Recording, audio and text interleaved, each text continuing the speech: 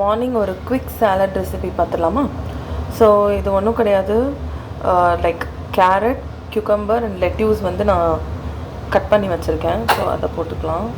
2 egg வந்து boil பண்ணி வச்சுருக்கேன். இந்த எக் பாய்லர் வந்து எனக்கு ரொம்ப யூஸ்ஃபுல்லாக இருக்கும் எப்பயும். இதில் வந்து 2 எக் பாயில் பண்ணி வச்சுருக்கேன். ஸோ அதையுமே நான் வந்து இதில் கட் பண்ணி நான் போட போகிறேன். So egg and vegetable salad. Main ingredients வந்து ஒன்று இருக்குது, அதை நான் சொல்கிறேன். ஸோ அது என்னென்னா, வீட்லேயே பண்ணால் ஹங்கர்டு மேக்கர் வாங்கிட்டு இங்கே பாருங்கள், அதோட வேயெல்லாம் கீழே வந்துடும். அண்ட் இந்த கெட்டியான தயிர் மட்டும் மேலே நிற்கும். நேற்று நைட்டு தான் ஊற்றி வச்சேன். இன்னும் ஒரு ஈவினிங்கில் பார்த்தா இன்னும் கெட்டியாக இருக்கும், இன்னும் க்ரீமியாக இருக்கும். ஸோ அதை ஒரு 2 ஸ்பூன் போட்டுக்கலாம். நல்லா தாராளமாகவே போட்டுக்கலாம். இங்கே பாருங்கள் எவ்வளோ கெட்டியாக இருக்குது அப்படின்னு சொல்லிட்டு பாருங்கள். செம்ம கெட்டியாக இருக்கும். இன்னும் போச்சுன்னா இன்னும் ஈவினிங் வந்து பார்த்தோன்னா இன்னும் கெட்டியாக இருக்கும். ஸோ அது ஒரு நான் 2-3 ஸ்பூன் எடுத்து போட்டிருக்கேன். இது நான் வீட்டிலே பண்ண பெரி சீசனிங். ஸோ அது கொஞ்சம், அண்ட் தென் ஆரிகானோ.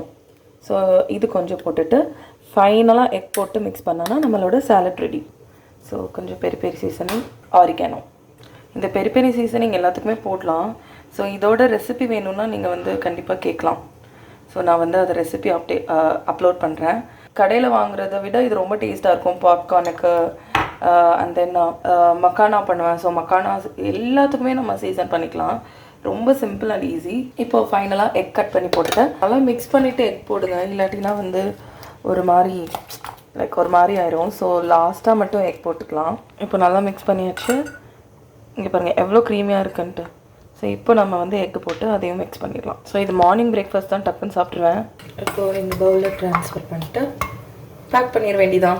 ஸோ இந்த மாதிரி ஈஸி பீஸியான ரெசிபி வேணும்னா மறக்காமல் எங்கள் சேனலை சப்ஸ்கிரைப் பண்ணிவிட்டு உங்கள் ஃப்ரெண்ட்ஸுக்கும் ஃபாலோ பண்ணுங்கள்.